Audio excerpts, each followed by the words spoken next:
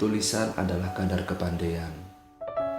Biarlah saya menjadi orang miskin, tinggal di gubuk tua, tapi punya banyak buku, daripada menjadi seorang raja yang tak suka membaca. Mungkin kalian ingat ungkapan tersebut yang selalu saya sampaikan ketika mengawali dan mengakhiri proses kegiatan belajar mengajar kita di dalam kelas, nak. Maaf apabila di awal perjumpaan ini saya terlihat bingung dan sedikit linglung. Sungguh itu di luar kendali. Atau barangkali kalian susah tidur karena senyumanku yang terasa angker di mata kalian. Sungguh, sebenarnya saya sudah mempersiapkan senyuman sebelum paginya benar-benar menatap wajah kalian yang haus akan wawasan.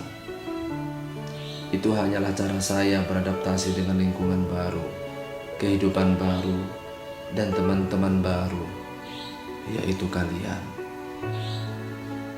Baiklah, sekarang mungkin kalian akan sedikit memahami apa arti ungkapan di atas. Coba kita balik punggung sebentar, memutar kembali kisah anak buruh tani yang pernah saya ceritakan. Anak buruh tani yang setiap paginya harus menempuh berkilo-kilometer untuk menuju sekolahnya. Anak buruh tani yang selalu bangun ketika hari masih petang karena takut terlambat datang ke sekolah. Anak buruh tani yang tak sekali dua kali sarapan dengan sisa nasi semalam yang hanya ditutulkan pada segenggam garam karena orang tuanya tak punya sisa beras untuk sarapan. Anak buruh tani yang tas sekolahnya dari kantong plastik hitam. Anak buruh tani yang setiap pagi kakinya selalu kotor oleh embun dan tanah galengan sawah karena sepatunya selalu digantungkan di pundaknya dan baru dipakai setibanya di sekolah supaya tak cepat rusak. Kalian masih ingat bukan bagaimana tangisan bapaknya ketika melihat dia lulus sekolah dasar? Menangis karena tak tahu harus dengan apa lagi dia melanjutkan pendidikan anaknya. Si bapak tak punya setumpuk harta atau tanah yang bisa dijual. Tak ada. Hanya setumpuk buku lusuh bekas ia nyantri di pesantren dulu yang dapat diwariskan pada anaknya itu. Tak ada jalan lain. Keputusan yang sangat berat. Keputusan yang sangat berat, nak. Si bapak berangkat merantau ke Pulau Sawit, menjadi kuli batu di sana untuk mengumpulkan uang demi kelanjutan sekolah anaknya. 10 tahun mereka tak jumpa. 10 tahun mereka tak pernah tatap muka.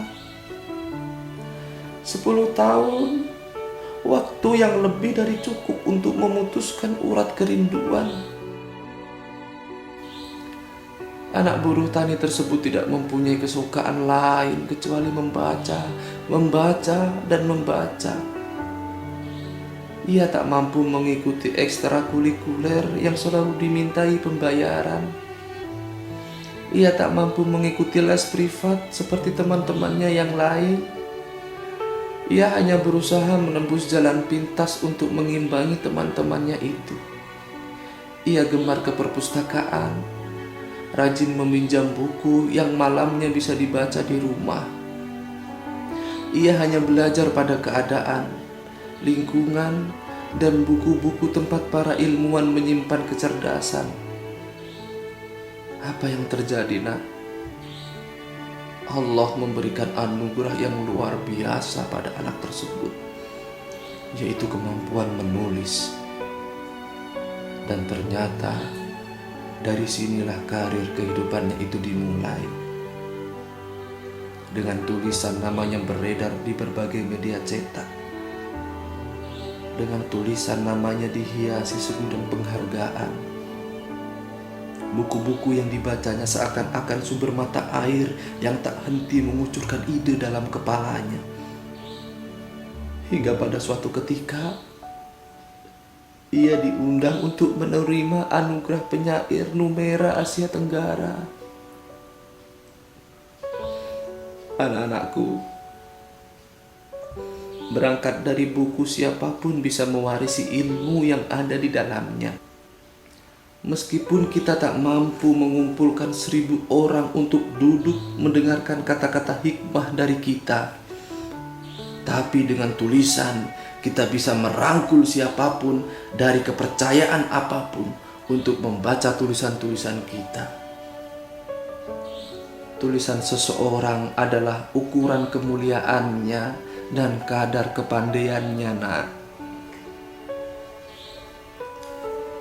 Dengan buku kita bisa menyapa yang tak mampu kita sapa.